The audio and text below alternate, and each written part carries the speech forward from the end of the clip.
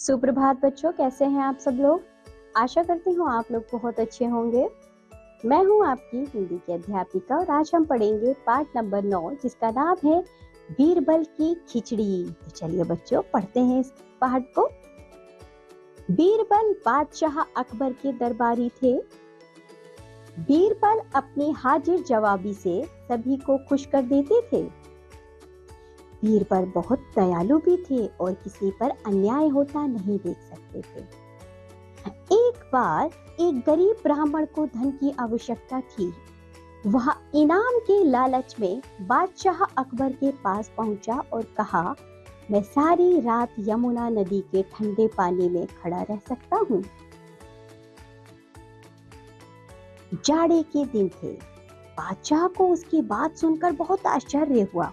उन्होंने कहा, अगर तुमने ऐसा कर दिखाया तो तुम्हें सोने की 100 अशर्फियां इनाम में दी जाएंगी। गरीब ब्राह्मण पुरस्कार के लोभ में सारी रात यमुना नदी के ठंडे पानी में खड़ा रहा। सवेरे वह बादशाह के पास गया और हाथ जोड़कर विनती की, हुजूर मेरा इनाम दिलवाया जाए। बादशाह बहुत चकित था। उसने पूछा, इतनी सर्दी है, तुम सारी रात नदी के पानी में कैसे खड़े रहे? ब्राह्मण ने कहा, आपके महल में एक दीपक रात भर जलता रहता है। मैंने उसी को देखते हुए सारी रात बिता दी। बादशाह ने कहा, यह तो बेईमानी हुई। तुम रात भर हमारे महल के चिराग से गर्मी पाते रहे, तुम्हें इनाम नहीं मिल सकता। बेचारे ब्राह्मण का मुंह उतर गया। दुखी होकर वह चला गया। बीरबल को बादशाह का व्यवहार अच्छा नहीं लगा, किंतु वह कुछ नहीं कह सके। अगले कई दिनों तक बीरबल दरबार में नहीं आए। बादशाह को चिंता हुई। उन्होंने एक दरबारी को बीरबल का पता लेने भेजा। दरबारी ने आकर कहा, बीरबल नहीं आ सकेंगे, वे कई दिनों से खिचड़ी पकाने में लगे हैं। बादशाह को बड़ा आश्चर्य हुआ। ऐसी कौन सी खिचड़ी है जो कई दिनों से पक रही है? उनसे रहा नहीं गया और यहाँ देखने के लिए चल दिए कि आखिर बीरबल ऐसा क्या कर रहे हैं।